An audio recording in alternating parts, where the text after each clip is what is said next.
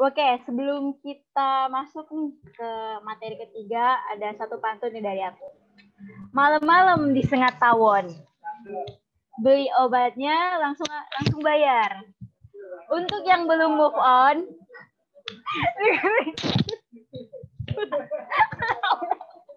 ulang. Yang cakep ya, yang cakep. Malam-malam di Sengat Tawon, Cakep. beli obatnya langsung bayar. Cakep. Untuk yang belum move on, tetap semangat walaupun ambiar. Nggak bisa aja, Fadila. Udah cukup ya ice breaking intermezzonya. Oke, sekarang nih udah istirahat, udah makan, udah sholat, udah seger lagi. Nah sekarang marilah kita beralih ke penyampaian materi ketiga. Nah di materi ketiga ini ada moderator yang cantik yang udah siap nih di room, Hana Santika. Kemarin sempat memoderatori juga kita kemarin. Nah, Kak Hana Santika ini merupakan mahasiswi KPI, merupakan pengurus LPM Rektor. Nah, jadi tanpa lama-lama lagi, marilah kita masuk ke dalam materi ketiga yang akan diisi kembali oleh Mas Iwan Prasetyo selaku pengajar Solo Post Institute dan akan dipandu oleh Kak Hana Santika selaku moderator yang sudah antusias nih pada siang hari ini. Oke, untuk moderator, waktu dan tempat dipersilahkan.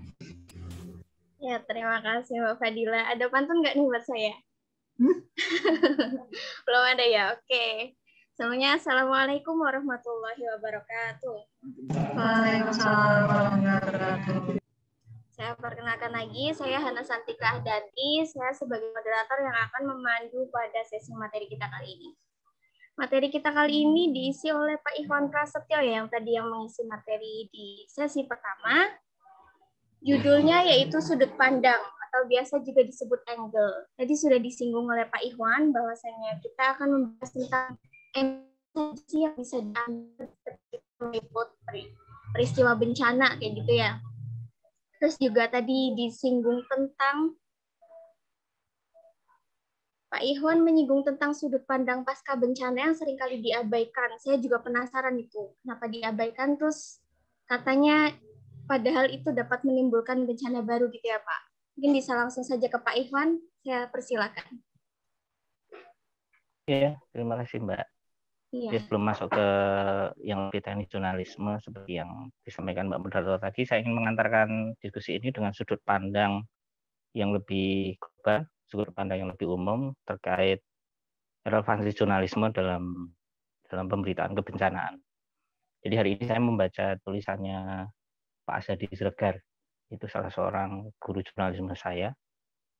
Beliau nulis di Kompas edisi hari ini, koran Kompas edisi hari ini, tentang media bagi kalangan yang tidak percaya dengan COVID-19. Jadi salah satu yang saya tangkap dari tulisan beliau yang panjang lebar itu adalah kegagalan pers, kegagalan media arus utama membangun masyarakat yang kompeten untuk menghadapi pandemi ini. Pandemi ini kan salah satu bentuk bencana di Indonesia, mungkin ini bencana baru ya, bencana bidang kesehatan.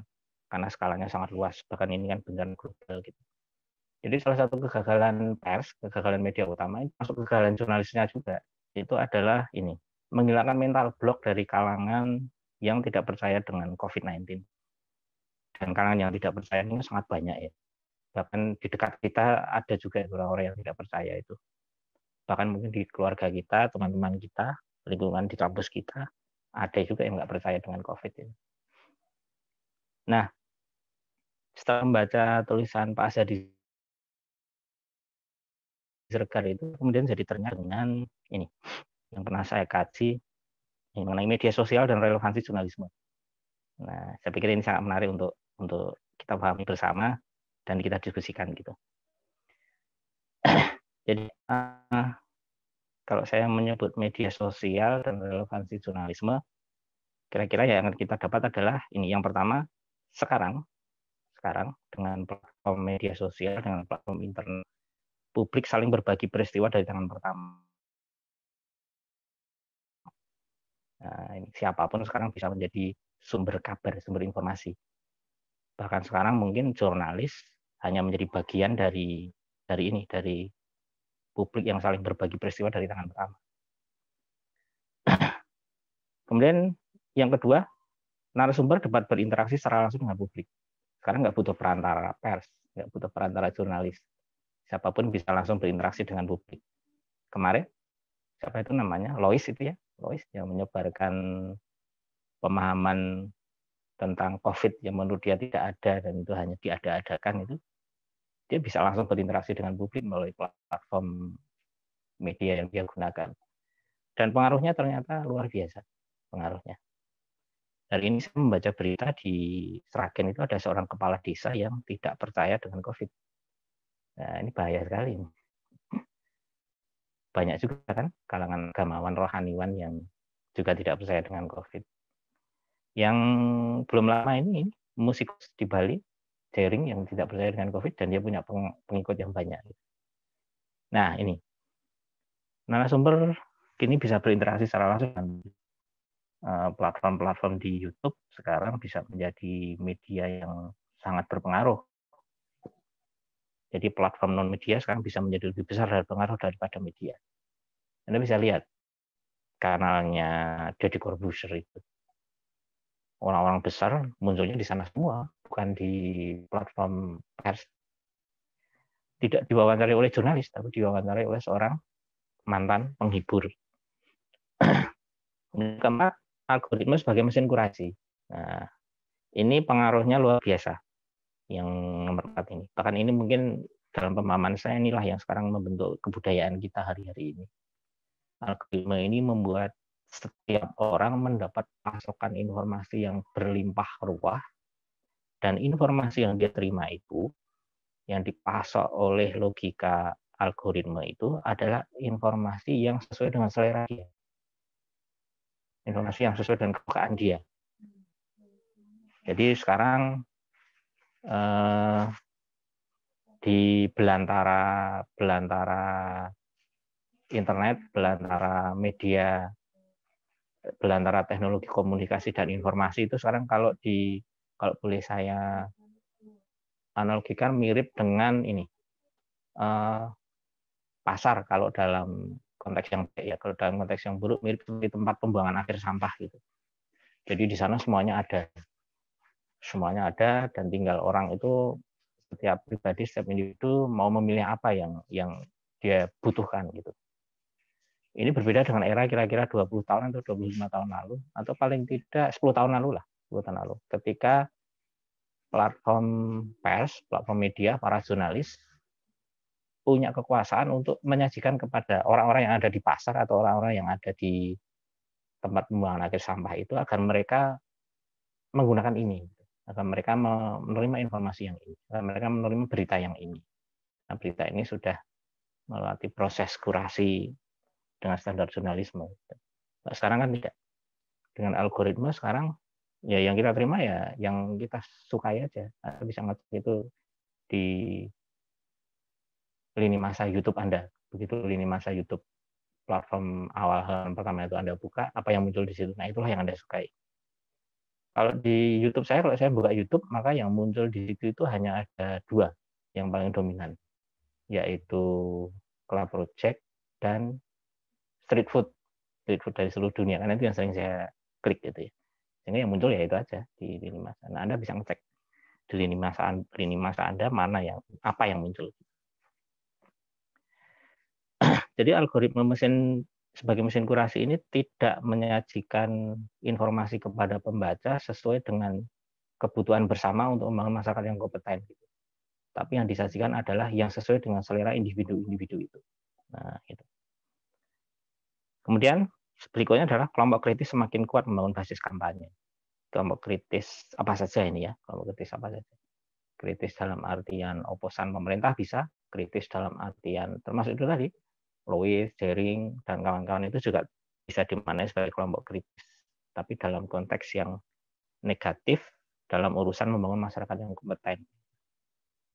Kemudian berikutnya adalah analisis OSINT itu makin berkembang. OSINT itu Open Source Intelligence. Nah, intelijen ini makin berkembang. Jadi kecerdasan buatan untuk menganalisa big data ini semakin berkembang. Ini ketika saya membicarakan media sosial dan relevansi jurnalisme. Dan setelah analisis ini, maka kita akan sampai kepada sudut pandang yang cukup menarik bagi praktisi media dan bagi Anda yang mempelajari tentang media. Media saya maksud di sini pers gitu ya, jurnalisme gitu, media jurnalisme. Dari penjelasan tadi kemudian muncul pertanyaan, apa yang tersisa untuk pers? Apa yang tersisa untuk jurnalis? Apa yang tersisa untuk jurnalisme? Nah, yang tersisa adalah satu, validasi. Validasi ini syaratnya harus kredibel. Nah, ini adalah keahlian jurnalis. Ini adalah kredo jurnalisme. Jadi di elemen jurnalisme yang dirumuskan oleh Bilkoff dan Tom Rosenstiel ya, intinya di program studi komunikasi penyiaran Islam, terutama di yang mayornya adalah jurnalisme. Ya. Ini harus dibaca nih bukunya Bilkoff. Validasi ini termasuk salah satu nilai dari jurnalisme. Ada di bagian validasi. Nah, validasi itu kredibel. Tidak semua orang bisa menyajikan kabar informasi yang tervalidasi. Jadi tidak semua orang bisa menyajikan kabar atau informasi yang kredibel. Mungkin tidaknya itu bukan karena tidak mampu dari sisi keterampilan dan kemampuan, tapi dari kemauan. Kemauannya enggak ada. Nah, sementara jurnalis dan pers itu dituntut untuk melakukan itu. Kalau dia tidak punya keterampilan, dia harus belajar mempelajarinya. Kalau dia tidak mau, maka dia dipaksa harus mau. Artinya produk dari jurnalisme itu adalah berita yang tervalidasi, berita yang kredibel. Kemudian yang kedua, yang tersisa untuk media adalah professional look of news product and packaging. Jadi ini bentuknya foto, video, grafis. Jadi ini dikelola dengan sangat profesional. Jadi kalaupun seorang jurnalis itu menggunakan handphone untuk mengambil video, dia sudah dibekali dengan keterampilan, kemampuan untuk menghasilkan video atau gambar profesional gitu. Kemudian membuat grafis juga dibuka oleh kemampuan keterampilan yang mendukung untuk grafis yang sangat menarik. Kemudian yang ketiga adalah kompilasi atau rangkuman peristiwa. Nah, ini dia punya data yang rapi ya. Bank data yang bisa diakses kapanpun, bisa dicari, kemudian bisa diambil lagi, bisa diunduh lagi gitu. Dan seorang jurnalis pasti punya bank data individual yang dia rangkum dari sejak pertama kali menjadi seorang jurnalis sampai hari ini gitu ya. Sampai ketika hari ini masih menekuni profesi itu. Kompilasi atau rangkuman peristiwa inilah yang mendukung terciptanya berita atau informasi yang kredibel. Dan ini di luar sana, individu-individu yang menggunakan platform-platform media sosial bisa jadi tidak punya ini. Gitu. Pasti mayoritas menurut saya tidak punya ini. Kemudian yang berikutnya adalah analis IV, menunjukkan pola dan benang merah. Nah, ini kemampuan juga. Ini hanya. Tapi sebenarnya yang ketiga, yang 1, 2, 3 ini juga bisa dipelajari siapapun. Individu-individu bisa mempelajarinya. Cuman ini kan kalau ini dilakukan oleh individu, dia tidak punya tuntutan profesi, tidak punya gitu ya. Kemudian kode etik juga tidak punya, dan kemudian tuntutan moral juga tidak punya. Jadi mau melakukan atau tidak itu tidak begitu penting bagi individu. Tapi untuk seorang jurnalis ini kredo ya. Kredo, kemudian tuntutan moral, tuntutan profesional juga. Dan pertanggungjawaban kepada publik harus berawal dari ini semua. Gitu. Kemudian berikutnya adalah liputan mendalam. Nah, ini liputan mendalam, investigatif terutama ya. Nah, ini jelaslah individu-individu akan sangat sulit melakukan ini. Kalaupun dia mau, pasti kesulitan.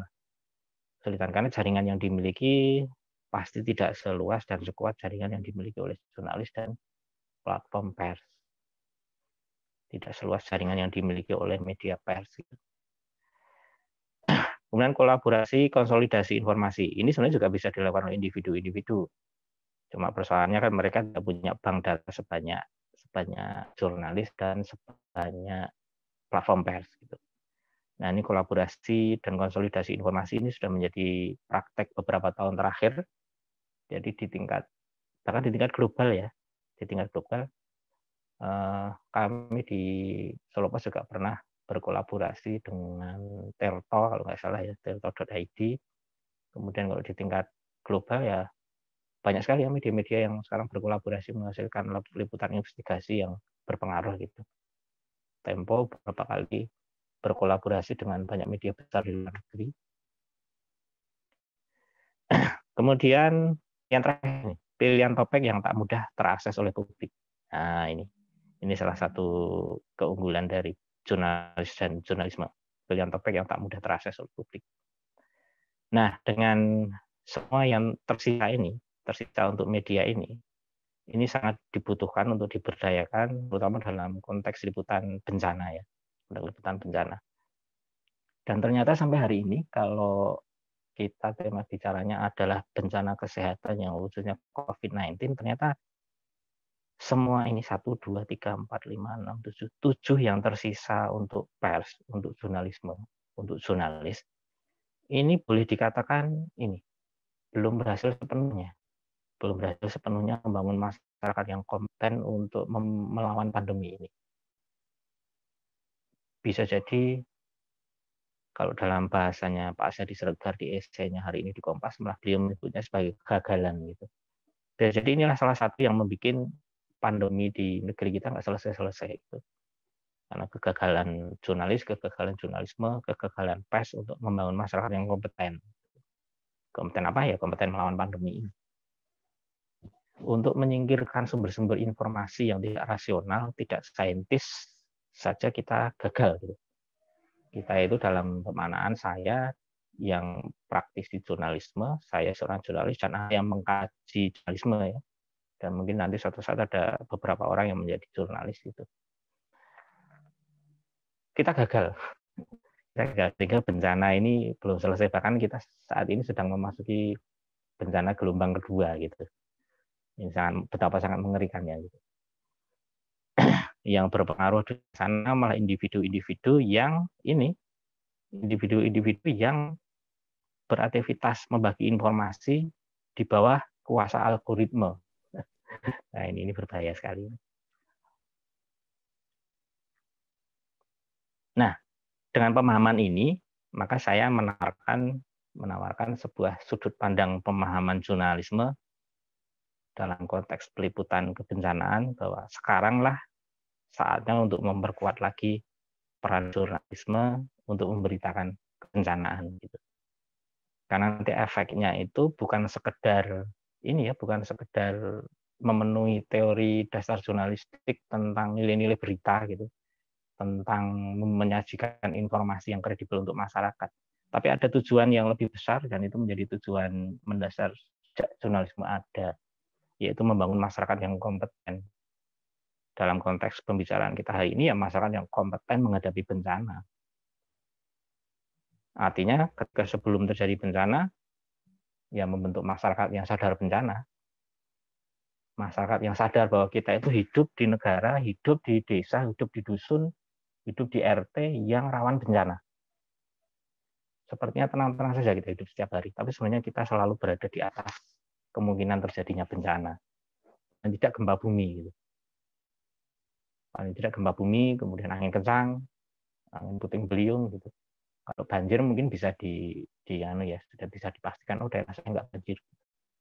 Tsunami, karena kalau yang jauh dari pantai ya tidak akan kena gitu ya, tapi yang di dekat pantai tsunami itu menjadi ancaman serius sekarang.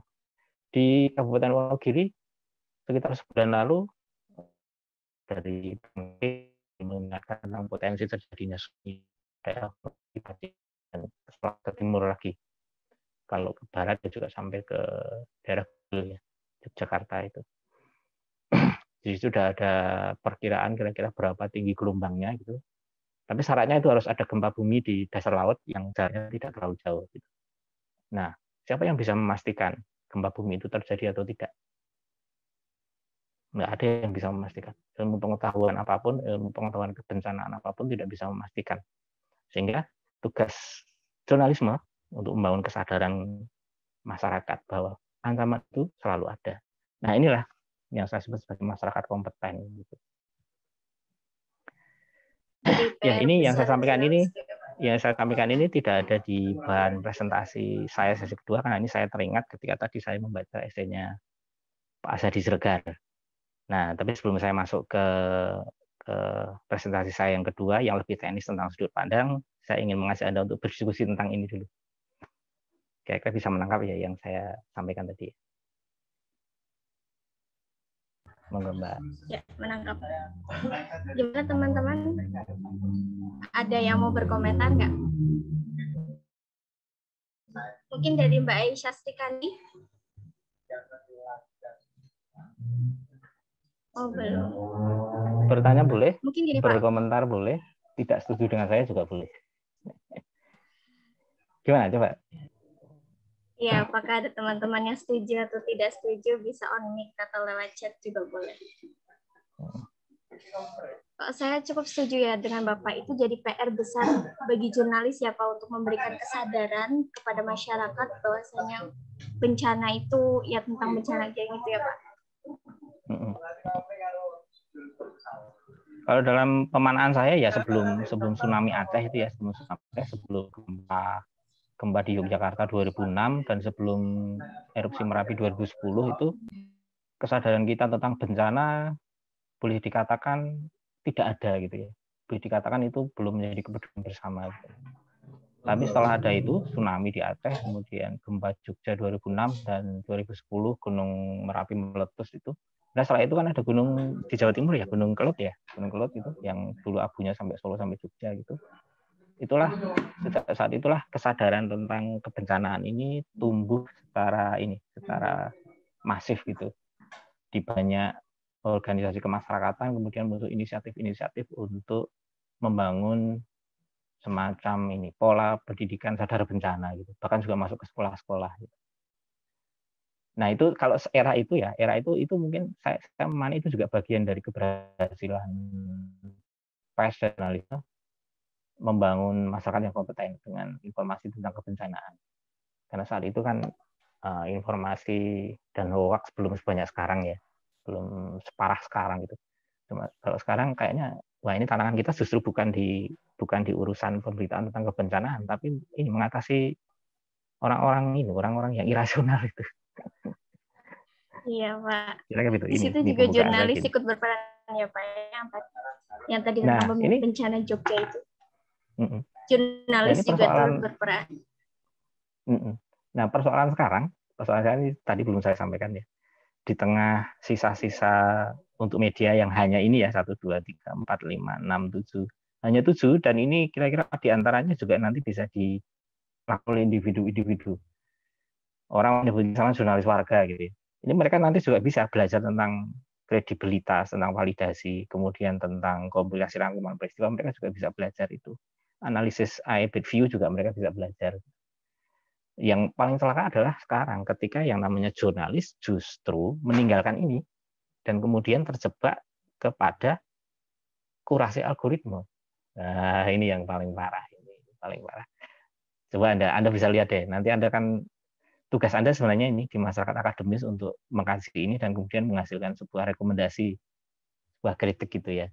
Sekarang kan banyak platform pers yang mengikuti arus besar media sosial. Jadi dia tidak memberdayakan jurnalisme untuk membangun masyarakat yang kompeten, tapi dia justru larut dalam kurasi algoritma. Ini bahaya ini. Ya kadang bikin berita apa yang orang-orang suka gitu. Clickbait ya Pak. Jadi, ya, tadi yang disebut clickbait. Oh, ya. Ada yang di chat tadi. Oh, hoax di chat ya, hoax. Menangkal hoax. Ya, menangkal hoax itu salah satunya. Menangkal hoax tapi dengan clickbait ya sama saja ya. Itu kayaknya clickbait dan hoax itu satu sisi mata uang yang rating dengan clickbait ya Pak. Ya, itu bahaya itu. Ini ada contoh nih, tahun 2007. Iya, 2007. Ini contoh jurnalis dan jurnalisme yang mengabaikan yang tadi saya sebut sisa-sisa itu ya, apa yang tersisa bagi media gitu. Jadi ceritanya begini nih. Tahun 2007, 1 Januari 2007 ya, kalau Nanti Anda bisa cari arsipnya di internet. Pesawat Adam Air jatuh, hilang. Pesawat Adam Air hilang. Tanggal 1 Januari 2007. Nah, kemudian hari kedua setelah pesawat itu hilang, muncul berita bahwa pesawat itu sudah ditemukan di daerah terpencil, berjarak lebih kurang 5 jam perjalanan darat dengan kendaraan bermotor dari Makassar. Informasi itu diambil oleh media-media besar. Informasi itu ada Metro itu, Metro News, kemudian Detik, Tempo Interaktif juga ngambil itu, Radio El Sinta juga ngambil itu, kemudian Kompas Cybermedia juga ngambil itu, berita itu. Beritanya gagah gembira, berita tentang nuansa kegembiraan bahwa pesawat itu sudah ditemukan. Bahkan ada datanya, 90 orang tewas dan 12 orang selamat. Itu hanya 2 hari setelah pesawat Adam Air hilang. Ternyata berita itu hanya isu. Berita itu hanya pepesan kosong, tidak benar sama sekali. Padahal gara-gara berita yang dilansir oleh banyak media besar itu, keluarga penumpang pesawat itu berdatangan. Ada yang sampai menuju ke lokasi desa yang didefinisikan sebagai desa yang jaraknya 5 jam perjalanan dengan kendaraan bermotor dari Makassar. Ya, sampai di sana malah orang-orang desa itu heran, ini ada apa kok banyak orang asing ke sini? Ternyata nggak ada buktinya kalau pesawat itu ditemukan di sana. Nah, usut punya usut ternyata apa? Ternyata kabar pesawat ditemukan itu adalah berawal dari informasi iseng dari seseorang yang disampaikan kepada Polres di Polewali Mandar. Polewali Mandar itu jauh dari Makassar itu. Di Polewali Mandar yang diteruskan ke kepolisian wilayah Parepare, lantas sampai ke Polda Sulawesi Barat, Panglima Kodam, hingga ke tangan Menteri Perhubungan Hatta Rajasa saat itu. Anda bayangkan ini. Bisa terjadi seperti itu. Informasi itu salah total. Jadi media-media besar itu hanya menangkap omongan dari pejabat-pejabat, tapi tidak melakukan validasi. Jadi tidak melakukan verifikasi. Nah, ini di beberapa peristiwa bencana ini juga terjadi. Pernah di Aceh setelah tsunami itu. Setelah tsunami ada kabar tentang 500 orang meninggal karena banjir. Itu hanya didapat dari omongan orang juga. Tapi saat itu wartawan Kompas yang tidak percaya dengan berita itu, dia menahan informasi itu tidak diberitakan gitu. Kemudian dia melakukan validasi, verifikasi beberapa hari, ketahuan kalau itu tidak benar. Memang di daerah yang disebut itu ada banjir, tapi banjirnya tidak parah. 500 orang yang meninggal itu tidak ada data itu. Nah, ketika Kompas memberitakan faktanya, kepala daerahnya marah. Malah yang dimarahi Kompas. Karena apa? Ya karena berita Kompas itu dia nggak jadi dapat dana dari pemerintah pusat untuk mengatasi bencana gitu. Nah, kayak gitu itu praktek-praktek jurnalisme yang sangat berbahaya sekali. Jadi ini yang saya tawarkan kepada sudut pandang dalam konteks profesi jurnalisme ya. Sudut pandang yang harus kita bangun di benak kita, apalagi di Anda ya, di kalangan akademisi yang mengkaji jurnalisme. Saya pikir ini menjadi sesuatu yang harus kita kuatkan, kita terus menerus gitu. Iya Pak, ini ada yang berkomentar di kolom chat Pak. Saya bacakan. Zaman sekarang dari Mbak Aisyah Srikadi, zaman sekarang kan ada ya Pak yang namanya influencer Pak. Menurut saya sendiri kerjaan aneh sih. Banyak orang percaya dan menelan apapun yang dikatakan influencer hanya karena centang biru di username mereka. Ditambah lagi media suka sekali mengutip kata-kata mereka. Makin jauh deh tujuan pers untuk mengedukasi. Ini membuat kita yang belajar jurnalistik seperti sekarang rasanya kesal melihat fenomena ini. Dari Mbak Aisyah gitu, Pak. Iya, Anda aja yang mempelajari jurnalisme kesal, apalagi kami ya di praktisi jurnalisme sangat kesal sekali. Sangat kesal sekali banget. Tapi itulah gejala yang kita hadapi sekarang. Makanya ini tadi saya menyebut ada 5 yang tersisa untuk media, validasi, professional look of news product and packaging, kompilasi atau rangkuman peristiwa, analisis high peak view, liputan mendalam, kolaborasi dan konsolidasi informasi, serta pilihan topik yang tak mudah terakses publik. Ini harus diberdayakan lagi. Ini nggak bisa dilakukan oleh para influencer itu. Influencer nggak mungkin bisa melakukan liputan investigasi, karena itu butuh effort yang luar biasa ya. butuh waktu yang lama, butuh keahlian, butuh ini ya, bahkan sampai butuh ini Spartan di pikiran, di perasaan gitu ya. Bisa seminggu, 2 minggu, 3 minggu liputan itu saja gitu. Cari narasumbernya nggak pernah ketemu, ditolak terus gitu. Nah, itu nggak akan mungkin bisa dilakukan oleh influencer. Influencer kan apa sih yang dicari? Influencer. Klik, pengikut, Cari followers, iklan, Pak. dan duit kan ya, terakhir duit kan. Iya. Nah, Followers, endorse. ya itulah. Ya itu. Oke, ini sebagai pengantar saya. Ada mungkin pertanyaan atau ada opini nggak sepakat dengan saya, boleh. Kita perdebatkan di sini kalau nggak sepakat. Nanti kalau tetap kita tidak sepakat, ya saya yang live atau Anda yang live. Gitu.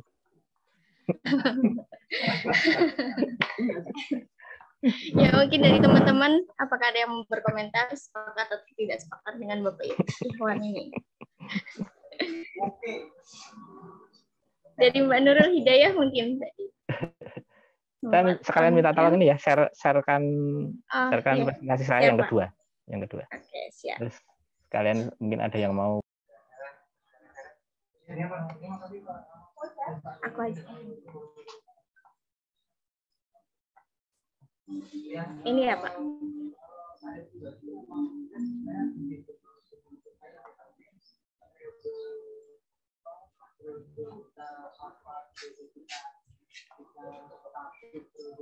Apakah udah terlihat?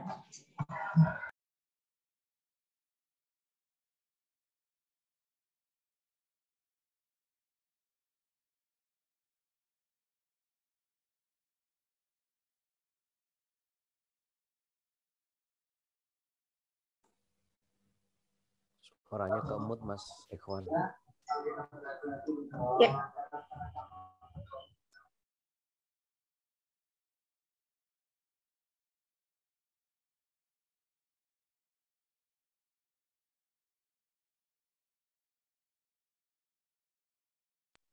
Ada pertanyaan? Ya, suaranya Mas Ikhwan tadi ke mute. Oh ya, mute ya, tadi mute ya.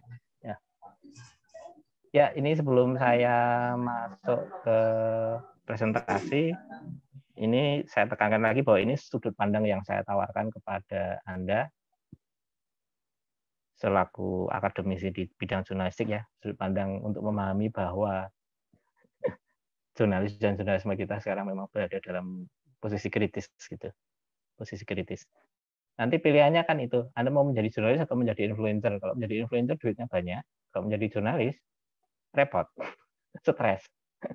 Karena yang kita hadapi adalah kuasa algoritma.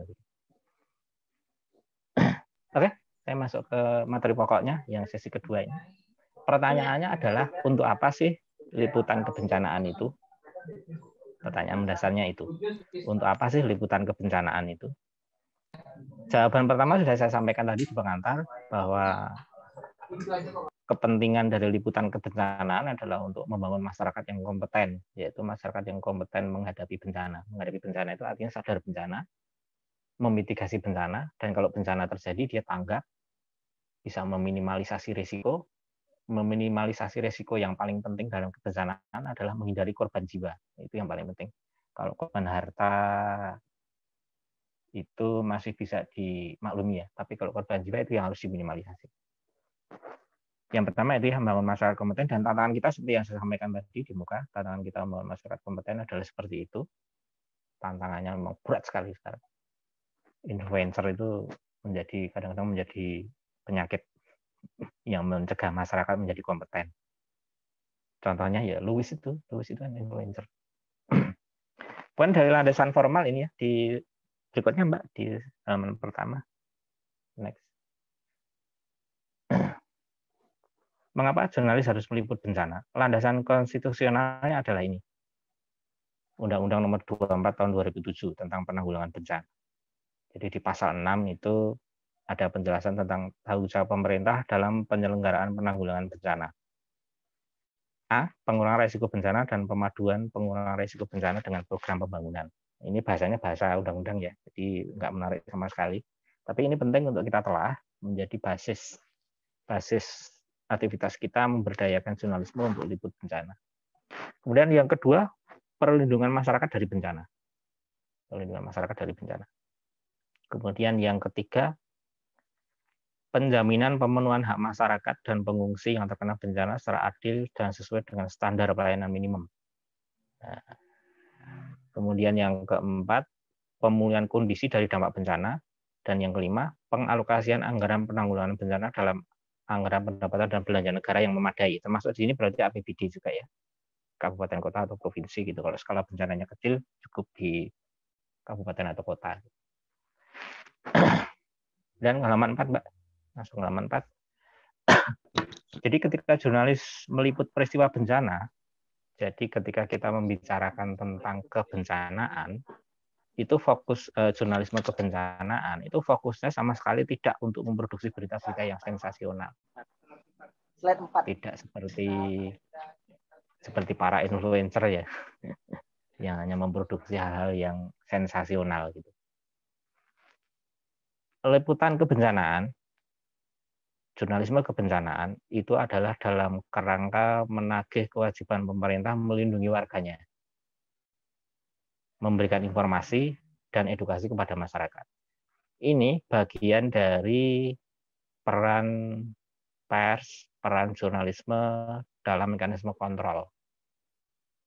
Ini kalau di elemen-elemen jurnalisme ala Bill Kovac dan Tom Rosenstiel ini bagian 3 atau 4 ya, saya lupa ya. Urut-urutannya saya lupa. Tapi ini jelas satu bagian dari elemen jurnalisme itu. Jadi pada dasarnya meliput bencana tadi ada 3 tahap dengan fokus liputan yang berbeda. Nah, ini sekarang sudah masuk ke sudut pandang peliputan ini. Next, berikutnya. Yang pertama adalah saat bencana terjadi. Nah, saat bencana terjadi. Fokus liputan adalah membuat berita yang bisa menjelaskan penyebab bencana terjadi, kondisi warga yang terdampak bencana, dan apa yang dibutuhkan untuk memberikan perlindungan bagi penyintas. Ketika di Wonogiri terjadi tanah longsor, maka Solo Post memberitakan apa penyebab tanah longsor itu yang mengakibatkan satu batu berukuran raksasa menggelinding dan mengenai rumah. Dianalisislah penyebabnya dengan menggunakan narasumber-narasumber yang kompeten, yang disertai dengan validasi, disertai dengan verifikasi, sehingga hasil akhirnya adalah sebuah informasi yang kredibel. Ketahuilah di situ kalau struktur tanahnya itu memang labil, sudah tidak kokoh lagi. Jadi itu mau dihijaukan dengan pohon apapun tidak akan bisa mencegah tanah longsor. Ketahuan kalau dalam bahasa ilmu tanahnya itu tanahnya sudah lapuk. Jadi itu terguyur hujan pasti akan ikut air dan longsor gitu, ikut aliran air dan longsor. Maka solusinya adalah memindah permukiman. Nah, gitu. Itu berita saat terjadi bencana. Kemudian tentang kondisi warga yang terdampak bencana. Mereka diungsikan kemana? Kemudian selama di pengungsian, apakah kebutuhan mereka terpenuhi? Bagaimana dengan warga yang terluka? Bagaimana dengan anak-anak yang trauma? Bagaimana dengan kaum perempuan yang terdampak bencana itu? Nah, seperti itu. Ini pada fokus liputan bencana. Di bencana yang skalanya lebih besar yang pernah saya lihat dengan mata kepala saya sendiri, letusan Gunung Merapi tahun 2010, maka di sana sudut pandang peliputan saat bencana sangat banyak, sangat beragam. Dan setiap jurnalis bisa memilih mau menggunakan sudut pandang yang mana. Apakah tentang keharusan warga untuk pindah, dan itu pernah menjadi perdebatan sangat panjang dengan pemerintah provinsi DIY ya. Pemerintah provinsi menyediakan tempat di sini gitu, tapi warga yang tidak dipindah protes kenapa? Karena jaraknya terlalu jauh dengan ladang dan kebun mereka. Itu nanti perdebatan itu muncul di pasca bencana. Tapi ketika terjadi bencana, saat terjadi bencana, fokus liputannya bisa di situ, bahwa ini memang pindah, harus dipindah. Di antara Anda ada yang pernah berkunjung ke ini, Lost Castle? Ada yang pernah berkunjung di Lost Castle?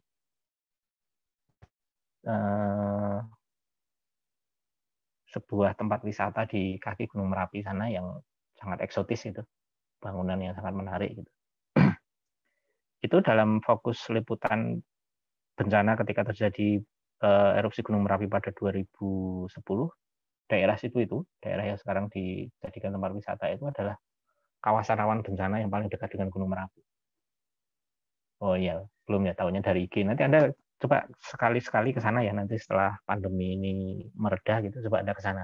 Anda akan bisa melihat posisi tempat wisata itu, dan Anda bisa mengukur kira-kira jaraknya dengan puncak Gunung Merapi berapa meter itu, berapa kilometer. Dan Anda bisa membayangkan nanti ketika tiba-tiba dari puncak Merapi itu keluar wedus gembel atau awan panas dan kemudian bertiup ke arah tempat wisata itu. Kira-kira apa yang akan terjadi gitu. Jadi saat terjadi bencana, daerah situ itu termasuk daerah yang tidak boleh ada manusia di situ. Karena itu termasuk kawasan rawan bencana lingkaran pertama yang harus ditinggalkan oleh manusia. Tapi sekarang di situ ramai. Itu kalau nggak pandemi di situ selalu ramai akhir pekan.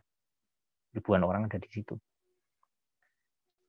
Kemudian kondisi warga yang terdampak bencana dan apa yang dibutuhkan untuk memberikan perlindungan bagi penyintas. Ini tahap tanggap darurat ya. Tanggap darurat itu berarti konsentrasi peliputan biasanya adalah pada kehidupan penyintas, kebutuhan para penyintas, kemudian bagaimana dengan yang terluka, apakah sudah mendapat pertolongan pertama, bagaimana dengan anak-anak, apakah trauma healingnya sudah jalan atau belum gitu, dan lain sebagainya. Kemudian yang kedua adalah tahap rekonstruksi dan rehabilitasi. Nah, dalam setiap bencana, skalanya apapun ya, skala besar maupun skala kecil, pasti akan setelah bencana itu terjadi, pasti masuk tahap rekonstruksi dan rehabilitasi. Fokus liputan di sini adalah kontrol proses pemberian bantuan materi dan pertolongan kesehatan. Jadi kira-kira jurnalis akan mempertanyakan berlangsung sesuai aturan atau belum. Dan progres pembangunan kembali infrastruktur akan bebas dari korupsi dan sesuai dengan mitigasi bencana. Nah ini, saya ingat ini kemarin ada seorang teman saya di Palu.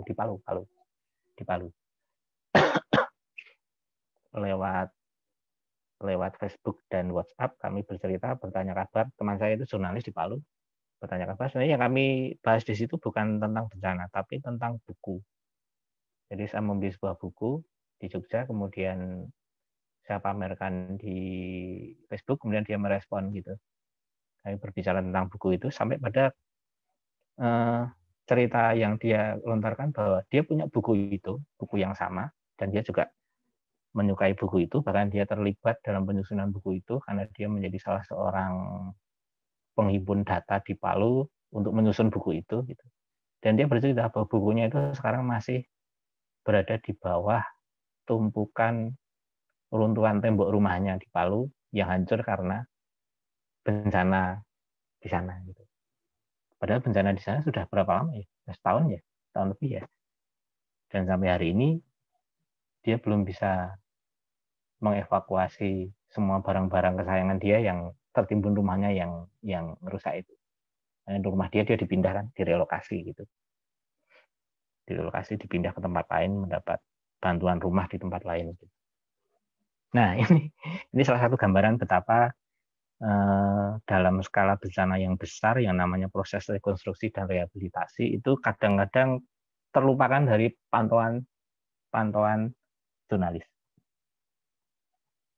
Jadi kadang-kadang hanya berhenti kepada peristiwanya, setelah peristiwanya reda, mereka sudah mengungsi, sudah masuk tahap rekonstruksi dan rehabilitasi, dianggap tidak menarik lagi.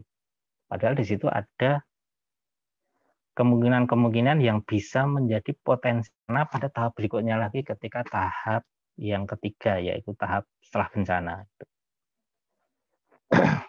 Jadi di tahap ini, di tahap rekonstruksi dan rehabilitasi ini bisa jadi terjadi korupsi.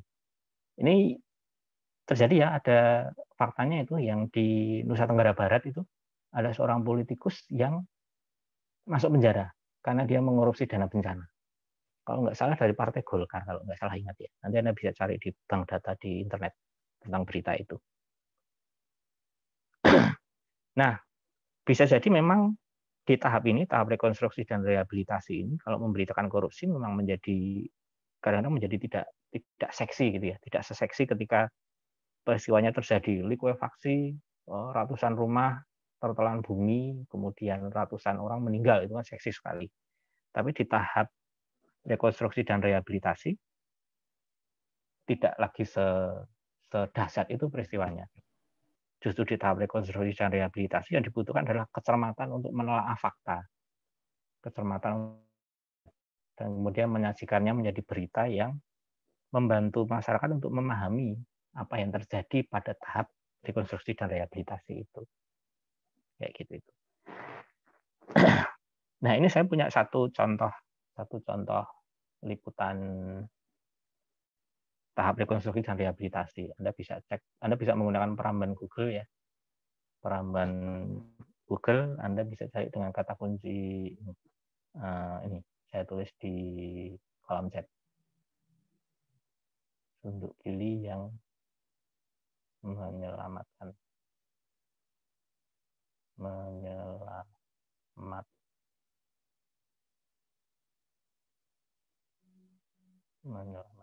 ini. Anda bisa pakai kata kunci itu, Anda bisa buka di peramban Google. Itu naskah yang saya simpan, kira-kira itu 24 halaman naskahnya. Ketika saya liputan tahap rekonstruksi dan rehabilitasi korban gempa bumi 2006 di Jogja. Jadi saya masuk ke sana tahun gempanya itu kan Desember 2006, kalau nggak salah ingat. Saya masuk ke sana Desember 2007. Jadi sudah setahun masa rekonstruksi dan rehabilitasi. Dan Anda bisa baca itu ya, liputannya sangat panjang itu, saya tulis sangat panjang. Nanti silakan dibaca, silakan dikasih dalam konteks liputan kebencanaan. Nah, yang saya temukan di situ ya, kalau boleh saya ceritakan sekilas, di berita yang saya bikin itu, saya menemukan ada beberapa persoalan serius di tahap rekonstruksi dan rehabilitasi. Saat itu saya diberi beberapa pilihan oleh mentor saya, salah satunya Pak Azhari Siregar itu. Saya diberi pilihan liputan tahap rekonstruksi dan rehabilitasi dengan pilihan trauma healing, kemudian yang kedua tentang pemberdayaan perempuan, yang ketiga tentang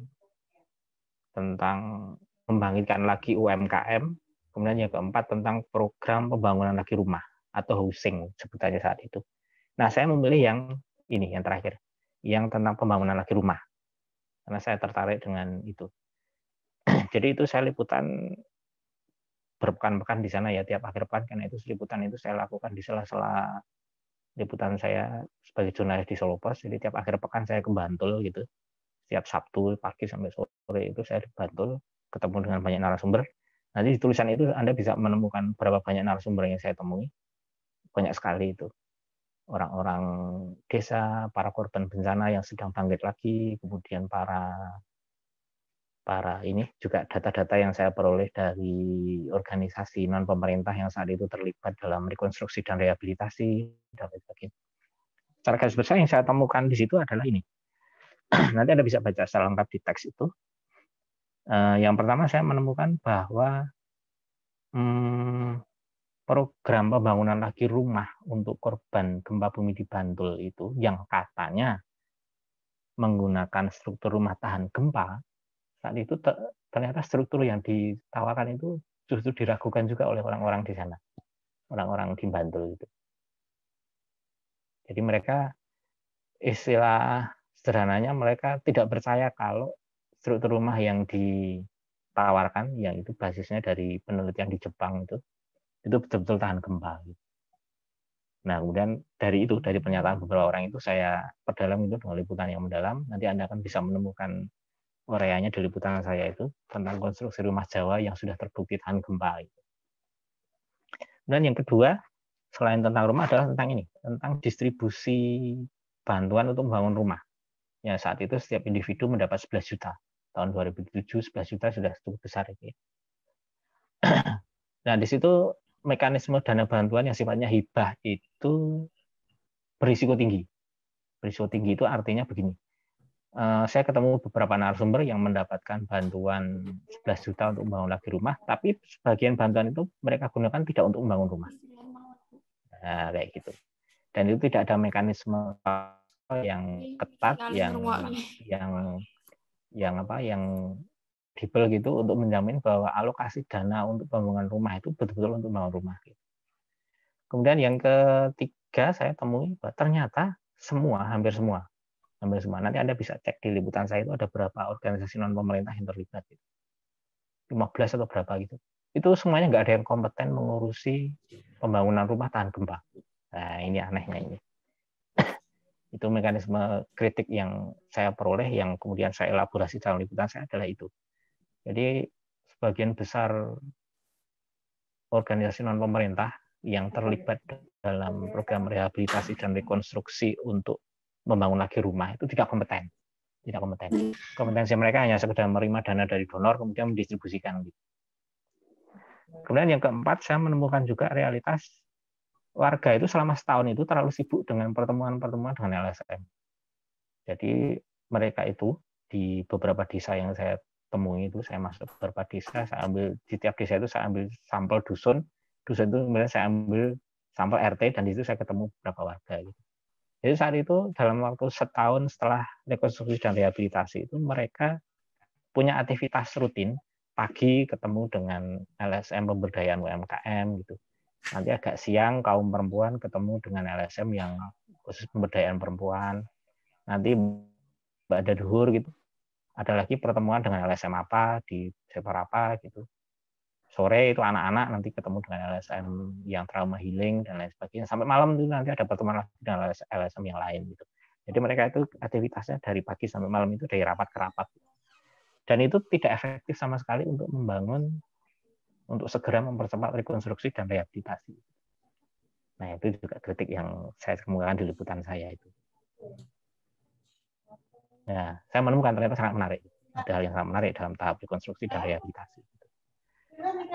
Dan saya bersyukur hasil liputan saya itu menjadi bahan evaluasi dari konsorsium LSM yang saat itu masuk di beberapa desa di Bantul yang menjadi fokus liputan saya. Karena kebetulan koordinator LSM-nya itu bagian dari proyek peliputan ini yang membutuhkan hasil liputan untuk mekanisme kontrol dan evaluasi. Setelah itu ada pembenahan sangat signifikan sehingga tahap rekonstruksi dan rehabilitasinya berlangsung menjadi lebih cepat gitu. Dan lebih tepat. Gitu. Saat itu media sosial belum ada ya. Tahun 2007 itu kayaknya media sosial belum seberdaya sekarang. Gitu. Jadi platform pers jurnalis saat itu masih sangat berpengaruh. Gitu. Jadi di tahap ini, ya saya menikmati saat itu. Saya menikmati proses liputan ini. Kemudian yang ketiga, tahap yang ketiga adalah tahap setelah bencana. Nah, ini sangat terkait dengan tahap 1 dan tahap kedua. Jadi peliputan tahap 1 dan tahap kedua ini nanti akan meliputan tahap ketiga ini, tahap bencana. Jadi ini yang saya bahasakan sebagai proses peliputan untuk membangun masyarakat yang kompeten. Jadi fokus liputannya adalah soal mitigasi atau pengurangan risiko bencana. Ini teman-teman saya di Solo Pos yang intensif liputan persoalan ini berhasil mendorong dibangunnya sistem peringatan dini oleh BPBD Kabupaten Kota. Jadi di Wonogiri itu ada sistem peringatan dini untuk mendeteksi tanah yang bergerak. Karena di sana kan banyak terjadi tanah longsor. Jadi dengan alat berteknologi modern yang teraplikasi dengan sistem online itu nanti akan ketahuan ketika satu alat di wilayah kecamatan tertentu mendeteksi bahwa tanah yang dicurigai memang berbahaya dan menjadi lahan yang selalu bergerak gitu, ditanam alat itu, nanti terpantau. Loh, ini kok intensitas pergerakannya ekstrim gitu. Berarti ada potensi bencana. Nah, kemudian muncullah peringatan agar masyarakat untuk sementara meninggalkan area itu. Kemudian dulu di kawasan permukiman yang dekat Bengawan Solo juga ada peringatan dini banjir. Sistem peringatan dini banjir. Kalau di Gunung Merapi sudah lama ya ada, karena memang pemerintah pusat sangat peduli dengan sana, sistem peringatan dini untuk erupsi Merapi sampai hari ini masih berjalan efektif. Jadi sini misalnya melaporkan soal potensi bencana lokal dan menjelaskan apa yang perlu dilakukan seluruh pemangku kepentingan di wilayah itu untuk mengurangi potensi bencana semaksimal mungkin. Ini teman saya, reporter di Karanganyar, pernah saya minta untuk secara intensif liputan mendalam apa sih penyebab Sehingga hutan di Gunung Lawu itu kalau musim kemarau kok terbakar. Itu kira-kira setahun atau 2 tahun lalu ya, ketika ada reporter, ketika saya mengelola halaman Karanganyar, dan kemudian ada reporter yang cukup punya kemampuan untuk melakukan investigasi dan saya berdayakan gitu. Karena dia berhasil menemukan satu fenomena sepele, fenomena sangat sepele. Yang bisa jadi itu memang menjadi penyebab seringnya terjadi kebakaran hutan di sana gitu. Jadi di sana itu ternyata reporter saya itu bisa menemukan kebiasaan warga di sana kalau musim kemarau itu bikin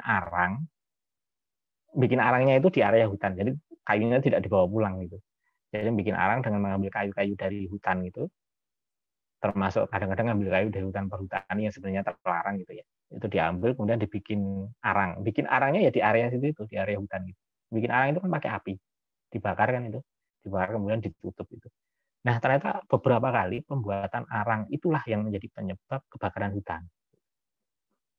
Nah, liputan di Solo Pos itu kemudian bisa membangun kesadaran otoritas pengelola kehutanan di sana itu untuk membangun sistem mitigasi dengan cara apa? Menertibkan para pembikin arang itu. Jadi ada operasi khusus untuk menemukan para pembikin arang itu. Jadi berhasil itu ditemukan itu. Dan kayaknya sekarang kami nggak mendengar lagi soal kebakaran hutan yang disebabkan oleh pembuatan arang itu. Karena memang sudah ditertibkan dan sanksinya cukup tegas itu kalau ketahuan. Bayar denda, dan kalau memang berulang kali itu bisa dibawa ke pidana juga. Karena di undang-undangnya ternyata ada pasal yang bisa digunakan untuk menjerat mereka gitu. Dan itu cukup efektif. Ini salah satu bagian dari liputan setelah bencana yang menghasilkan sebuah kebijakan untuk mencegah bencana. Cuma kalau di sektor bencana yang lain kadang-kadang kita berhadapannya dengan, saya menyebutnya oligarki ya. Jadi pertalian antara pemilik modal dengan penguasa wilayah. Ini pernah saya temukan ketika saya liputan kebencanaan sektor tanah longsor yang diakibatkan oleh pertambangan pasir dan batu di Kabupaten Klaten. Ini saya menemukan ini. Semuanya mentok pada persoalan kong kali kong antara penguasa dengan pemodal. Jadi yang namanya izin pertambangan bisa direkayasa sedemikian rupa, asalkan store sekian ratus juta izin keluar gitu. Ya lingkungan menjadi rusak dan rawan bencana tanah longsor, dan kalau hujan longsor dan banjir sekaligus itu. Nah, di tahap inilah peran jurnalis dan jurnalisme menjadi sangat penting. Di tahap pertama saat bencana, tahap kedua tahap rekonstruksi dan rehabilitasi, dan tahap ketiga tahap setelah bencana. Dan saya pikir untuk berkonsentrasi di sini dalam 3 tahap ini ya hanya para jurnalis lah yang bisa. Kalau para influencer, para individu seleb itu saya pikir tidak punya kemampuan untuk Spartan melakukan ini. Padahal karena ini butuh jangka waktu yang sangat panjang untuk menekuninya. Oke, ini separuh materi yang kedua sudah saya sampaikan. Kita masuk ke tahap diskusi dulu. Sudah ada yang membaca belum ya yang saya berikan tadi? Oke, teman-teman gimana nih? Sudah membaca belum tadi yang dikirimkan oleh Pak Irwan? Langsung Duk Kili yang menyelamatkan. Menarik sekali kan? Tadi ya Pak. Bisa dibuka tuh? Ada yang sudah membuka belum? Itu boleh Anda miliki naskah itu. Boleh dikopi, boleh dimiliki, boleh disimpan. Saya buka untuk siapa saja di situs itu. Situs simpanan saya, tapi boleh diakses oleh siapapun. Oke, biar saya nggak terlalu banyak bicara. Sekarang gantian saya yang mendengarkan.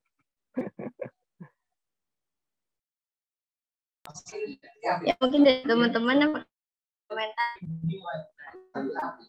atau ada yang sudah baca terus mau menjelaskan apa yang didapatkan dari bacaan tersebut.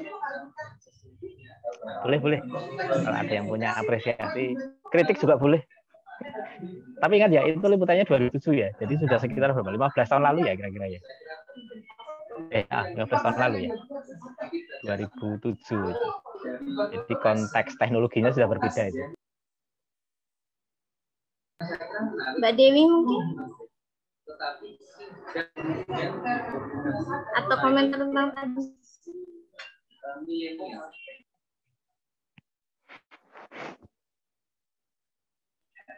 Cukup menarik tadi ya Pak. Kita punya banyak sudut pandang yang bisa diambil ketika meliput bencana dalam 3 tahap. Mbak Nurul, ya.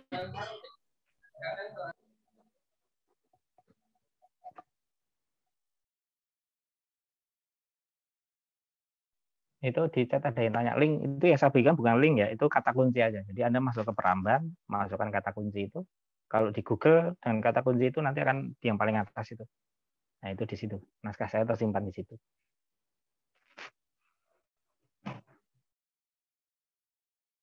Saya berani pamer naskah itu karena menurut saya naskah itu bagus ya. Karena saya yang bikin, saya puji sendirilah. Yang dari Anantasena bukan Pak? Ya, betul. Ya, betul itu. Ya.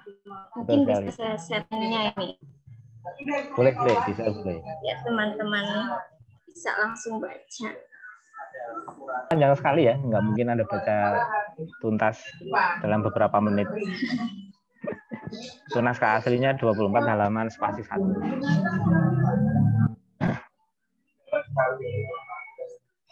Ya, itu linknya betul. Itu teman-teman. Silakan dibuka, nanti bisa dinikmati ya. Oke, ada yang mau ditanyakan atau kita diskusikan? Ini kredonya ya, baik di tahap saat bencana, rekonstruksi sampai rehabilitasi, kemudian liputan pasca bencana, kredonya ya kredo yang Anda pelajari itu tentang jurnalisme, tentang apa Anda belajar juga kan tentang ini straight news, tentang features dan lain-lain kan Anda belajar juga di jurusan komunikasi penyiaran Islam, terutama yang konsentrasi jurnalistik ya, teknik reportase dan lain sebagainya. Kalau investigasi kayaknya nanti di semester agak tinggi ya, investigasi ya. Kalau di KPI semester 5, Pak. Nah, semester 5 ya, biasanya di semester tua itu. Iya. Tapi yang liputan saya ini bukan liputan investigasi ya ini, yang ini. Walaupun sepanjang itu, tapi ini bukan investigasi. Ini hanya sampai tahap saja itu, in-depth reporting, mendalam. Karena saya nggak membuka kejahatan apapun di situ. Saya tidak membongkar skandal apapun. Jadi saya memaknai investigasi itu kalau membongkar kejahatan, itu investigasi. Tapi setidaknya Anda bisa dengan model liputan tahun 2007 Anda bisa menelaah kira-kira data apa sih yang dibutuhkan, kemudian siapa narasumber yang harus ditemui, kemudian sudut pandangnya seperti apa, cara berceritanya seperti apa. Kemarin kan Anda berdiskusi tentang jurnalisme data kan. Nah, di liputan saya itu datanya banyak sekali itu. Data-datanya banyak sekali. Dan saya berusaha untuk menghidupkan data itu, mempergunakan data yang saya peroleh untuk membangun sebuah cerita. Jadi saya ceritakan ini salah satu basis data yang saya gunakan untuk liputan itu, untuk membangun cerita itu adalah era dulu ya, era itu masih era mailing list. Kalau sekarang mailing list itu ya wujudnya sekarang grup WA gitu. Grup WA, grup Telegram dan lain sebagainya, grup Sinyal dan lain sebagainya gitu. Grup-grup seperti itu yang digunakan oleh sekitar 15 lembaga swadaya masyarakat untuk berkomunikasi. Jadi 15 lembaga swadaya masyarakat, sebagian adalah lembaga swadaya masyarakat kelas internasional itu yang terlibat di tahap rekonstruksi dan rehabilitasi di Bantul. Mereka itu tiap hari sharing gitu, sharing hasil kerjanya di desa ini, kecamatan ini, data-datanya ini diunggah di mailing list itu. Nah, saat liputan itu saya mendapat izin untuk mengakses mailing list itu. Selama totalnya sekitar 2 bulan saya aktif di mailing list itu. Saya diizinkan karena saya mendapat privilege dari LP3Y. LP3Y itu salah satu anggota konsorsiumnya itu. Jadi saya masuk, kemudian saya bisa tahu bagaimana proses pemberdayaan perempuan di satu desa di kecamatan ini, kemudian di dusun ini, di desa ini, kecamatan ini, bagaimana prosesnya gitu. Karena semuanya terdokumentasikan di mailing list itu. Nah, itu keuntungan saya saat itu. Jadi data-data yang muncul di liputan saya itu datanya sangat banyak itu. Datanya luar biasa gitu. Dan itu paling hanya nggak nyampe 10% dari data yang saya miliki saat itu yang saya gunakan di cerita itu. Jadi yang 90% saya simpan sendiri. Gitu. Jadi jurnalisme data digunakan untuk liputan bencana memang hasilnya harus berbasis data. Kalau era 97 itu saya memverifikasi data itu saya harus datang ke tempat yang disebut, misalnya di mailing list hari ini ada diskusi jam 10 itu ada diskusi antara beberapa aktivis LSM gitu ya. Mereka menyebut desa apa gitu. Maka nanti akhir pekan saya verifikasi ke desa itu. Saya ketemu dengan orang yang disebut di mailing list itu. Saya wawancari ulang gitu. Saya validasi informasinya, saya temukan sudut pandang yang menarik gitu. Dan saya konstruksi menjadi sebuah cerita yang sifatnya ini yang dibutuhkan karena saat itu kritik dan evaluasi dari proses rehabilitasi dan rekonstruksi. Maka semua data yang saya peroleh saya berdayakan untuk ke sana. Jadilah liputan yang sepanjang itu. Itu sudah didokumentasikan dalam buku judulnya Kesaksian Jurnalis di Tanah Bencana, diterbitkan oleh LP3I. LP3I itu sekarang sudah bubar. Nah, dulu teman-teman saya ada yang mengambil soal pemberdayaan perempuan, ada yang mengambil fokus sudut pandang tentang pemberdayaan UMKM. Ada yang mengambil sudut pandang tentang trauma healing. Ada yang mengambil sudut pandang tentang apalagi itu. Banyak sekali pokoknya, banyak sekali. Rekonstruksi infrastruktur umum dan lain sebagainya. Saya memilih yang tentang housing, tentang pembangunan lagi rumah. Itu Mbak, intinya yang cerita saya yang panjang lebar itu. Nanti mungkin pertanyaan dari saya dulu ya Mbak. Ya Pak. Ya, silakan. Bagaimana pendapat Mas Ikhwan sendiri ketika jurnalis itu justru banyak mengambil sisi yang menarik rasa kemanusiaan gitu. Padahal itu kadang memperburuk mental korban. Ya, ini dalam konteks peliputan bencana. Ya, dalam konteks peliputan bencana. Memang yang penting apalagi ketika menurut saya bukan hanya ketika saat terjadi bencana ya, tapi juga ketika tahap pasca bencana. Memang harus meliput korban, Mbak. Memang yang diliput harus korban. Jadi tapi yang paling penting adalah ketika kita menemukan tema liputan yang dramatis dan itu ketika kita beritakan itu akan berdampak mendalam terhadap pembaca, penonton atau pendengar gitu ya. Pembaca untuk platform daring atau koran atau majalah gitu. Penonton untuk televisi, pendengar untuk radio gitu. Tugas beratnya adalah untuk membuat hasil liputan itu tidak mengeksploitasi kesedihan korban bencana. Jadi dampaknya itu terhadap korban bencana harus membangkitkan optimisme mereka, harus membangkitkan semangat mereka untuk bangkit. Sementara dampak kepada orang-orang di luar wilayah bencana adalah untuk menggalang solidaritas. Tentu solidaritas ini bukan sekedar mereka kemudian mengumpulkan dana dikirimkan gitu, bukan sekedar itu ya. Tapi yang paling penting adalah untuk masyarakat di luar bencana itu hasil liputan kita itu yang paling penting adalah bisa membangun masyarakat yang kompeten gitu. Saya selalu saya suka dengan diksi ini. Masyarakat yang kompeten. Kompeten apa? Kompeten menghadapi bencana. Dalam konteks mencegah bencana, kalau itu bisa dicegah, memitigasi bencana yang memang harus dimitigasi, dan sadar bahwa kita hidup di tanah bencana. Bagaimana caranya? Ya teknik itu teknik itu. Kalau bentuknya teks ya teknik menuliskannya, kalau bentuknya video ya teknis pengambilan gambar untuk video itu, untuk foto ya teknik fotonya juga. Jadi dalam kajian-kajian jurnalisme nanti Anda akan sampai kepada pertentangan antara begini. Kalau kita menyajikan korban bencana, misalnya gempa bumi, misalnya tsunami, banjir gitu, dan di situ ada mayat bergelimpangan yang jumlahnya banyak sekali gitu. Ada sebagian jurnalis yang berpandangan begini, kalau itu kita beritakan apa adanya, fotonya kita perlihatkan, videonya kita perlihatkan dengan durasi agak panjang, itu akan membangkitkan kesadaran orang di luar tanah bencana untuk bersolidaritas. Jadi akan bisa membagikan rasa iba dari masyarakat di luar tanah bencana untuk segera membantu gitu.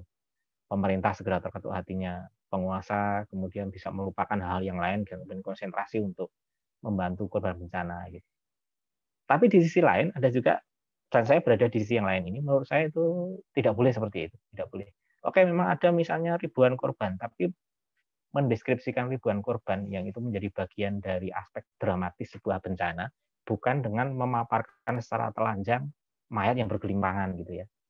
yang 3 hari 4 hari belum sempat dikuburkan karena saking banyaknya mayat gitu ya. Bukan seperti itu, bukan dengan ketelanjangan seperti itu. Jadi kita mendeskripsikan kehancuran namun tidak menimbulkan trauma, ya itu kredo mendasarnya begitu. Jadi kalau ketika Gunung Merapi meletus tahun 2010 itu di dekat desa tempat tinggal saya itu. Jadi desa saya itu desa wisata Penting Sari, ya, desa sangat terkenal. Kalau Anda nanti buka di Google atau di Instagram itu desa wisata yang sangat terkenal. Kira-kira berjarak sekitar 7 kilo ke arah timur dari situ itu adalah desa yang hancur total karena desa itu di atas desa itu dilewati oleh awan panas Merapi. Jadi wedhus gembel itu melayang di atas desa itu. Nah di desa itu banyak warga yang meninggal dalam kondisi gosong kayak arang itu, itu fotonya ada yang mendokumentasikannya, foto-fotonya ada semuanya. Tapi dalam perspektif jurnalisme itu nggak boleh dipublikasikan, ketika tsunami Aceh itu ada sebuah media besar di Amerika Serikat, saya lupa namanya, Washington Post atau New York Times gitu ya, itu mendeskripsikan hal dramatis yang seperti itu ya, mendeskripsikan ribuan mayat yang belum sempat dikuburkan karena saking banyaknya dan tenaga untuk menguburkannya sedang kelelahan untuk mengurusi penyintas gitu ya. Itu di foto itu hanya diperlihatkan tangan mayat gitu ya. Dan itu terlihatnya dari belakang orang yang sedang berusaha untuk mengambil mayat itu untuk dikuburkan gitu. Yang kelihatan hanya tangannya gitu. Jadi perspektif orang yang melihat foto itu akan langsung mendapatkan hal yang sangat dramatis gitu. Ini tangan anak kecil lagi, mayatnya tertimbun bangunan, dan itu adalah sudah hari ke-7 atau ke-8 gitu setelah tsunami. Gitu. Jadi Anda bisa bayangkan aspek dramatisnya. Jadi tidak perlu memperlihatkan mayat yang bergelimpangan di tepi jalan atau mayat yang bergelimpangan di tengah-tengah rumah yang hancur gitu ya. Nah, kayak gitu itu. Intinya ya mendeskripsikan kehancuran namun tidak menimbulkan trauma. Itu susah itu. Yang bisa melakukan itu hanya jurnalis. Kalau influencer nggak akan mungkin bisa. Ya itu kayak bulannya jurnalis. Perlu latihan juga ya Pak, untuk bisa seperti itu. Ya, betul. Makanya kalau di dalam jurnalisme sistem kerjanya kan ada editor kan. Ada editor atau ada redaktur gitu. Nah, itu nanti tim itulah nanti akan memformat tulisan itu menjadi lebih bagus. Tulisan saya yang panjang lebar itu dikurasi oleh 2 orang wartawan senior yaitu 3 Mas Agus dan Mbak Isme Triastuti itu dulu setahu saya dosen itu Mbak Isme itu. Tapi juga pernah berpengalaman menjadi wartawan. Jadi itu setiap akhir pekan saya liputan, kemudian kira-kira tengah pekan berikutnya saya store tulisan gitu, kemudian dikurasi gitu, diskusi gitu, sudut pandangnya bagaimana, datanya bagaimana, kalimatnya begini bagaimana gitu. Nah kayak gitu itu. Sehingga muncullah yang terakhir itu yang bisa Anda baca itu. Ini ada komentar Pak.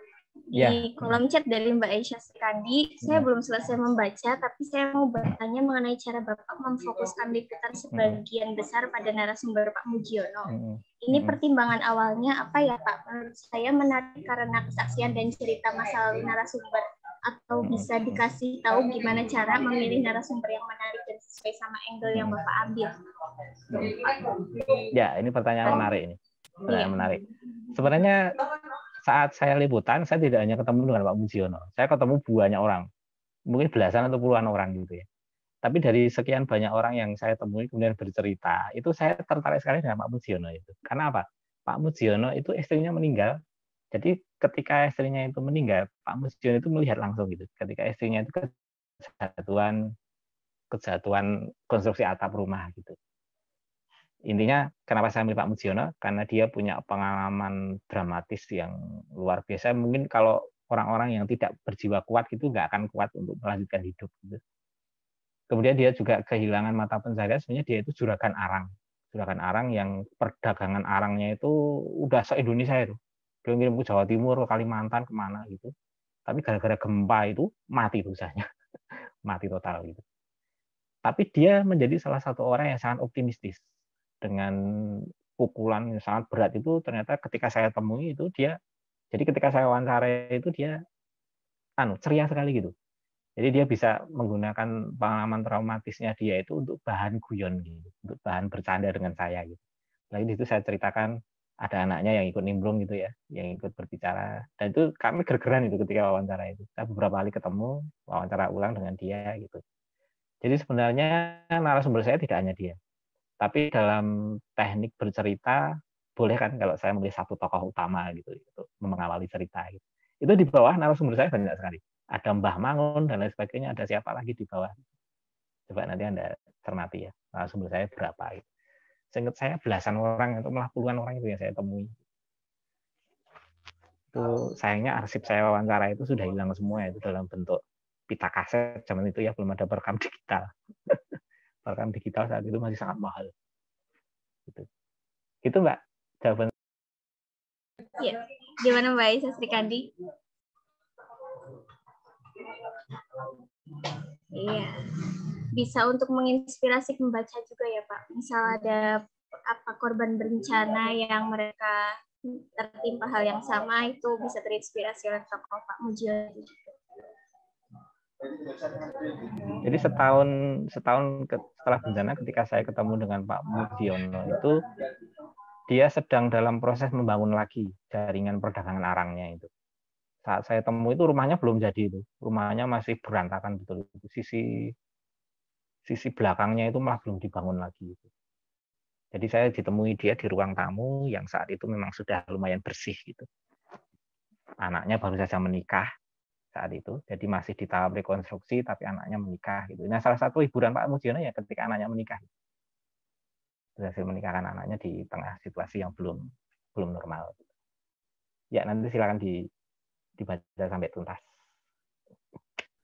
Oke, ada lagi? Ada lagi teman-teman yang mau ditanyakan?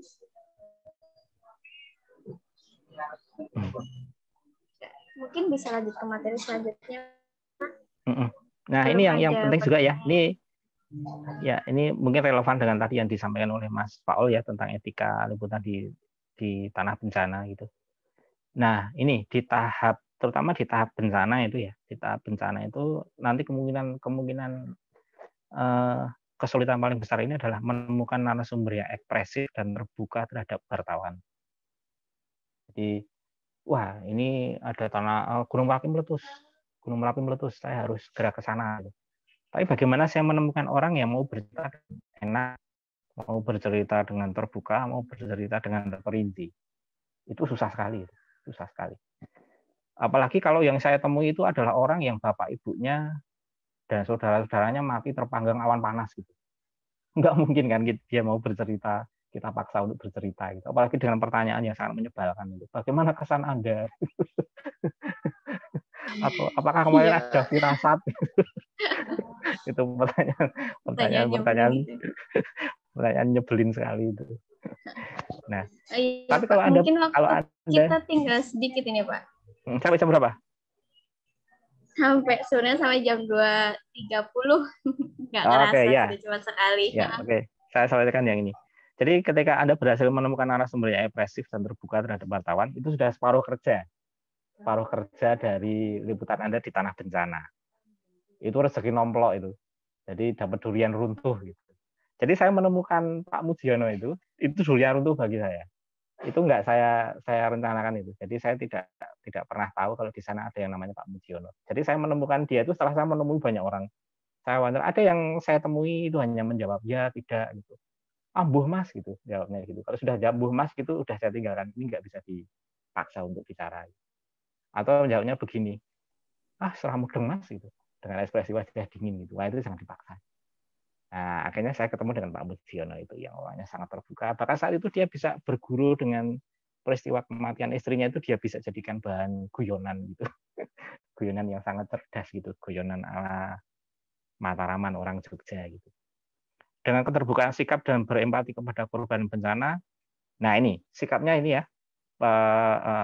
Modal besarnya adalah empati kepada korban bencana. Jadi tadi saya sempat cerita ketika Gunung Merapi meletus ada obefan milik stasiun televisi besar yang diusir gitu. Saya nggak usah sebut, tapi ada kira-kira bisa menduga televisinya apa. Yang diusir oleh warga Cangkringan, Kecamatan Cangkringan. Diusir. Itu karena mereka memang datang tidak dengan empati. Jadi mereka lokasi bencana di tempat warga yang kehilangan kerabatnya karena terbakar oleh awan panas itu, begitu mereka datang langsung itu mengeluarkan alat-alat syuting itu, lampu besar yang menyala terang, kemudian apalagi kamera besar, kemudian langsung merakit antena parabola gitu. Sementara di sekitarnya situ ada orang-orang yang sedang bersedih, sedang mengantre makanan gitu. Tidak mereka sapa, tidak mereka apa, tapi langsung mereka mengeluarkan alat-alat di situ, kemudian menyalakan lampu terang dan mulailah syuting gitu. Dan beritanya ya seperti seperti tadi itu. Bagaimana perasaan Anda? Apa kemudian ada firasat gitu? Itu kan bikin jengkel.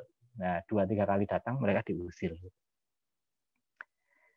Prinsipnya jangan mengandalkan juru bicara warga. Jadi kadang-kadang ada juru bicara ya, ada juru bicara. Jadi Pak Musdiono itu bukan tergolong juru bicara dalam pemahaman saya, karena dia warga biasa gitu.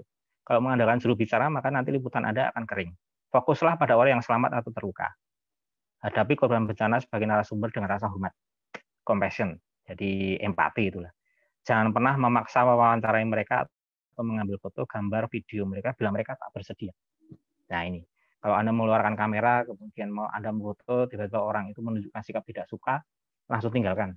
Atau langsung masukkan lagi kamera Anda. Jangan dipaksa untuk mereka menjadi objek foto Anda.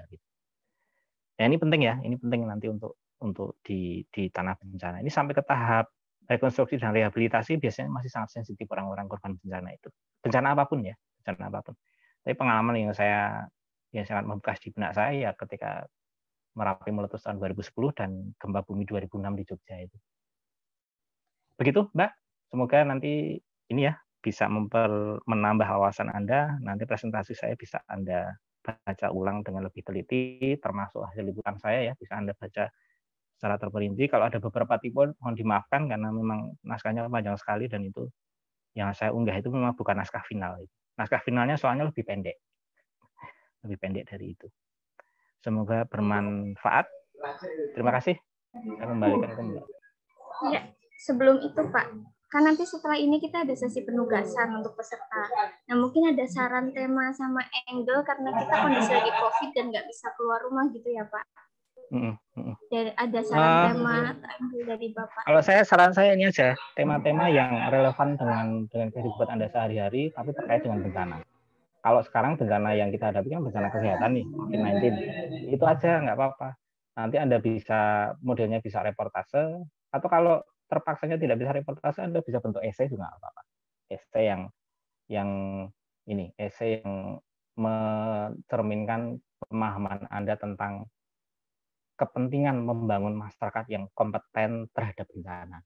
Baik itu mencegah bencana, memitigasi bencana, maupun tanggap darurat bencana, dan pasca bencana. Bencana kan tidak harus yang skala besar Gunung Merapi meletus, kemudian gempa bumi, tsunami di Aceh, tidak harus seperti itu. Saya kira di sekitar kita sering ada bencana, kekeringan, kemudian banjir, yang disebut orang genangan gitu ya, kemudian gempa bumi. Nah sekarang yang hari-hari ini masih kita hadapi dan kita semuanya menjadi korban adalah bencana COVID-19. Di materi yang saya sampaikan 4 file itu ada 1 file khusus membahas tentang bencana kesehatan dan teknik-teknik untuk reportase. Nanti silakan dibaca sendiri. Nanti panitia saya minta untuk membagikan semua materi yang saya berikan itu kepada seluruh peserta. Bagikan saja semuanya, nanti biar dipelajari. Kalau perlu nanti didiskusikan di kelas bersama dosen dan lain sebagainya. Saya harap ini bermanfaat. Begitu Mbak, saran saya. Ya, itu untuk tugas-tugas tadi pakai narasumber apa enggak ya Pak? Oke deh, kalau reportase pakai narasumber. Tapi kalau Anda mau formatnya bentuk esai, saya pikir nggak perlu narasumber juga nggak apa-apa. Anda sendiri, pengalaman Anda sendiri, atau Anda mengutip dari reportase lain atau dari jurnal atau apa, itu boleh, nggak masalah. Karena kondisinya memang tidak memungkinkan Anda untuk bergerak bebas keluar kan. Iya Pak. Begini deh, misalnya begini. Anda lihat Lost Castle itu di Instagram kan fotonya bagus-bagus itu. Padahal itu posisinya di kawasan rawan bencana lingkaran pertama bencana Merapi. Itu di situ nggak boleh ada manusia yang tinggal di situ. Nah mungkin Anda bisa menulis apakah sudah ada mekanisme mitigasi di Lost Castle itu. Jadi seandainya tiba-tiba awan panas Merapi keluar, sudah adakah mekanisme darurat untuk menyelamatkan wisatawan misalnya gitu. Misalnya begitu.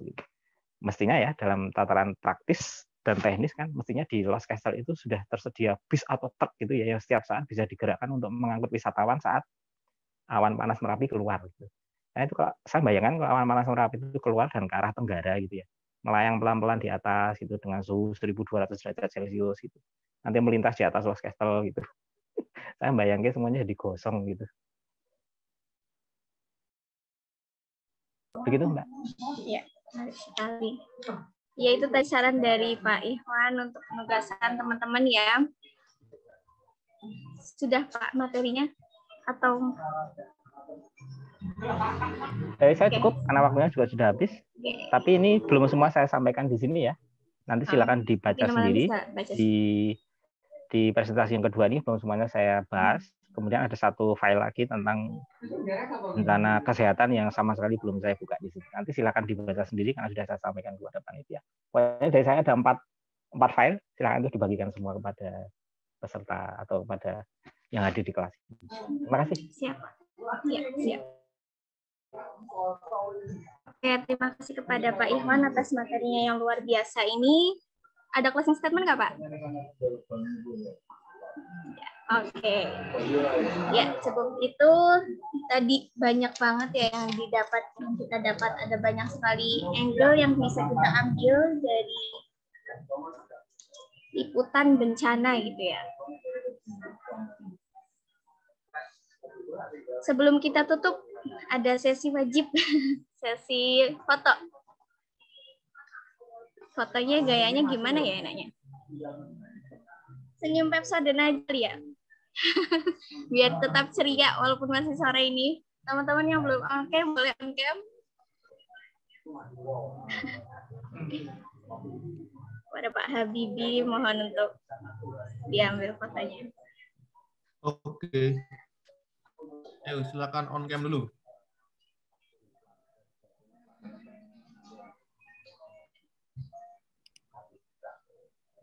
Bisa dihitung, Pak? Oke, aku yang pengen berpantun nih. Gimana, Pak? Monggo. Ada pantun nih dari Pak Habibie. Iya, kamu kalah nih. Ke museum mencari ilmu. Asik. Apa, Pak? Berikan senyum terbaikmu. Iya. Yuk. 1, Yuk, senyum. 2, 3. Kosek. Ulang lagi. 1,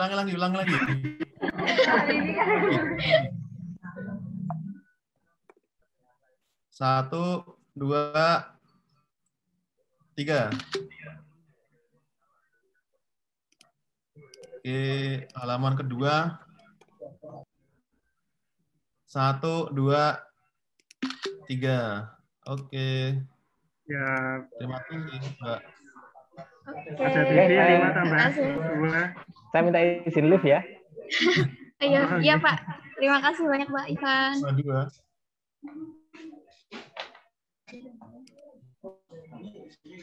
Ya mungkin dari saya cukup sekian. Lebihnya mohon maaf. Terima kasih. Wassalamualaikum warahmatullahi wabarakatuh. Waalaikumsalam warahmatullahi wabarakatuh.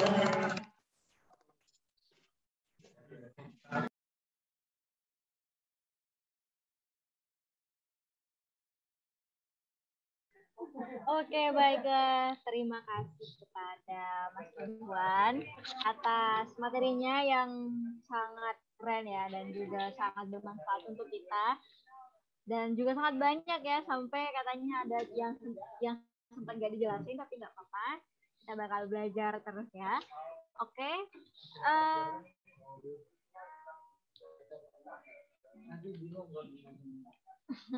Oke, masih pada semangat gak nih? Ayo, satu materi lagi. Setelah itu kita sampai di penghujung acara ya. Harus semangat ya. Pantun lagi gak nih?